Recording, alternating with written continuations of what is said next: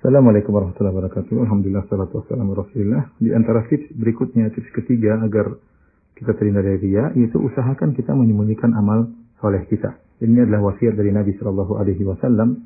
Rasulullah SAW berkata, "Man istata'a an yakuna lahu khabi'un min amalin saleh, falyaf'al." Ya. Barang siapa yang mampu untuk memiliki amalan soleh yang tersembunyi, maka lakukanlah.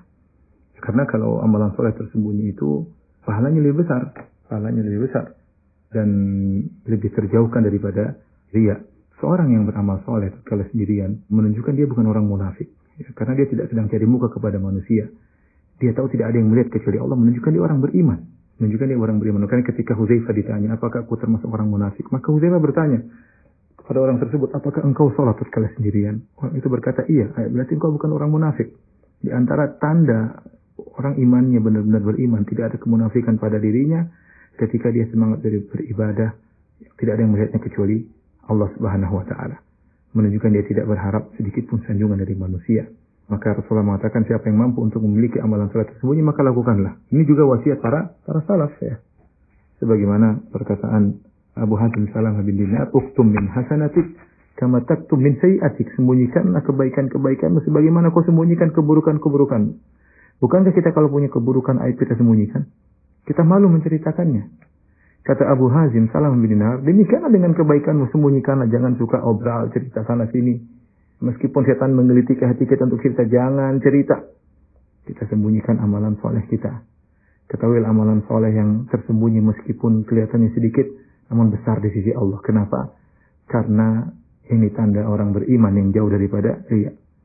Ketika Nabi SAW menyebutkan 7 golongan yang dinamai oleh Allah Subhanahu wa taala, di antaranya adalah 2 yang Nabi sebutkan. Yang pertama, yang orang-orang ikhlas, pertama adalah Nabi berkata, "Rajulun tasaddaqa bi yamini fa akhfaha hatta la ta'lama shimalu ma tunfiqu yaminuhu." Seorang yang bersedekah dengan tangan kanannya kemudian disembunyikan sampai-sampai tangan kirinya tidak tahu apa yang disedekahkan oleh tangan kanannya.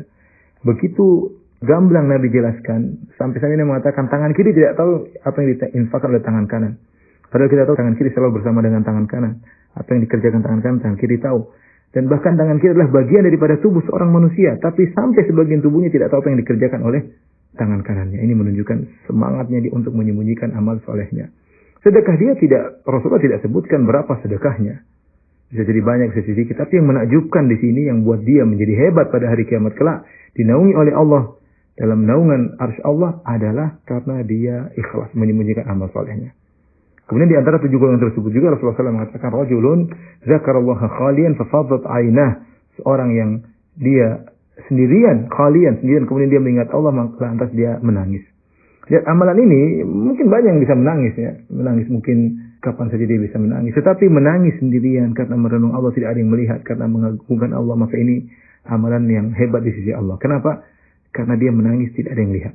Kita kalau nangis di depan banyak orang nangis, kita ikut nangis karena kita terbawa oleh suasana misalnya, ya, perasaan. Tapi ketika kita sendirian tidak ada yang lihat, semua orang sedang tidur, kemudian kita menangis karena Allah, maka ini pahala bukan sepele di sisi Allah. Karena ini menunjukkan keikhlasan benar-benar mencari keridhaan Allah Subhanahu wa taala. Karena kalau kita lihat bagaimana praktik para salaf, sangat menakjubkan bagaimana mereka berusaha untuk menyembunyikan amal soleh mereka.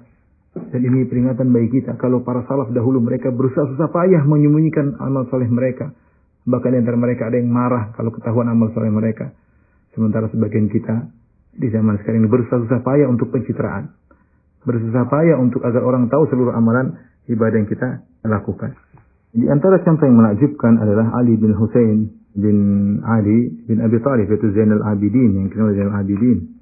Ali bin Husain setiap hari memikul sekarung roti atau gandum untuk dia sedekahkan kepada fakir miskin.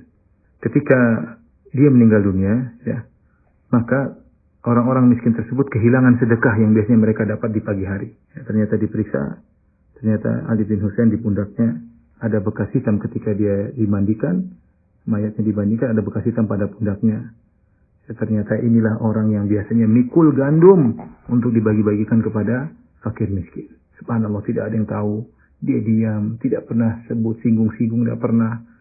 Mereka baru tahu ketika dia meninggal, nggak ada lagi yang bagi-bagi. Siapa lagi kalau bukan dia, apalagi ada bekas hitam di pundaknya. Allahu Akbar. Betapa para salaf dahulu begitu semangat untuk menyembunyikan amal soleh mereka. Lihatlah Tamim Ad-Dari, ya, ketika ada yang bertanya kepada Tamim Ad-Dari radhiyallahu anhu, sahabat, bagaimana salat malammu? Dia ditanya tentang salat malammu bagaimana. Maka marahlah Tamim Ad-Dari. Dia berkata, demi Allah 1 rakaat saja salatku di tengah malam tanpa diketahui oleh orang lain, lebih aku sukai daripada aku salat semalam penuh kemudian aku ceritakan kepada manusia. Allahu Akbar, ya. Ditanya bagaimana salat malammu? Dia marah ditanya-tanya seperti itu. Maksudnya kamu tanya begitu supaya saya menceritakan amal soleh saya? Kira-kira demikianlah. Dia mengatakan 1 rakaat saja saya salat tidak ada yang tahu, lebih saya sukai daripada saya salat semalam suntuk kemudian saya ceritakan kepada orang lain. Dia adalah Tamim Ad-Dari radhiyallahu anhu, tidak membuka pintu riya. Ya. Dia tidak mau cerita tentang salat malamnya sama sekali, bahkan dia marah kepada orang yang bertanya-tanya tentang ibadah sirnya, ibadah rahasianya. Lihatlah Ayyub As-Sikhtiyani rahimahullahu taala, bagaimana disebutkan, ya, beliau salat sepanjang malam. Ketika menjelang fajar maka beliau kembali berbaring tidur, ya. Ketika terbit fajar dia pun mengangkat suaranya seakan-akan dia baru saja bangun ketika itu. Agar tersembunyikan bahwasanya dia tadi malam salat malam, maka dia kelihatannya seperti orang baru bangun tidur dengan angkat suara sehingga orang menyangka dia tidur pulas. Artinya apa? Dia berusaha bersusah payah untuk menyembunyikan amal solehnya agar tidak ketahuan. Demikian juga cerita dari Ibnu Mubarak, Abdullah bin Mubarak rahimahullah taala. Muhammad bin A'yun bercerita, suatu hari aku bersama Abdullah bin Mubarak dalam peperangan di negeri Romawi. Ketika salat Isya selesai, Ibnu Mubarak kemudian merebahkan kepalanya, kemudian untuk menampakkan kepadaku bahwa seakan-akan dia sudah tidur. Dan aku pun pura-pura tidur. Aku letakkan tombakku di atas kepala aku, kemudian aku tidur di atas tombak tersebut. Ya, seakan-akan aku juga sudah tidur. Setelah Ibnu Mubarak menyangka aku sudah tidur, maka dia pun bangun diam-diam, pelan-pelan. Dan tidak seorang pun dari pasukan yang mendengarnya dan melihatnya, dan dia sholat malam diam-diam sampai terbit fajar. Ketika sudah terbit fajar, maka dia pun datang kepadaku untuk bangunkan aku. Dia menyangka aku tidur. Padahal aku tidak tidur. Aku lihat dia semalam sholat malam. Kemudian dia berkata, ya Muhammad, yaitu Muhammad bin A'yun, bangunlah. Aku lalu menimpalinya dan berkata, sungguhnya aku tidak tidur.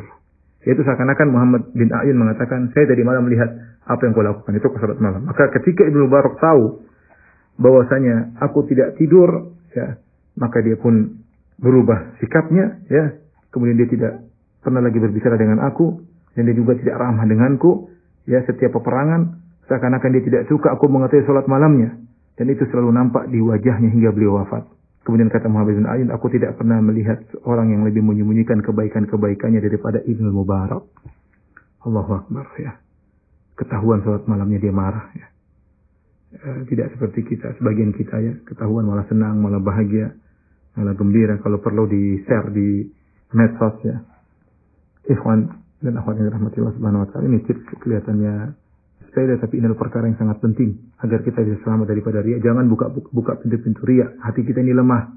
Jangan coba-coba ceritakan amal soleh kita. Ya, hati kita ini sangat lemah.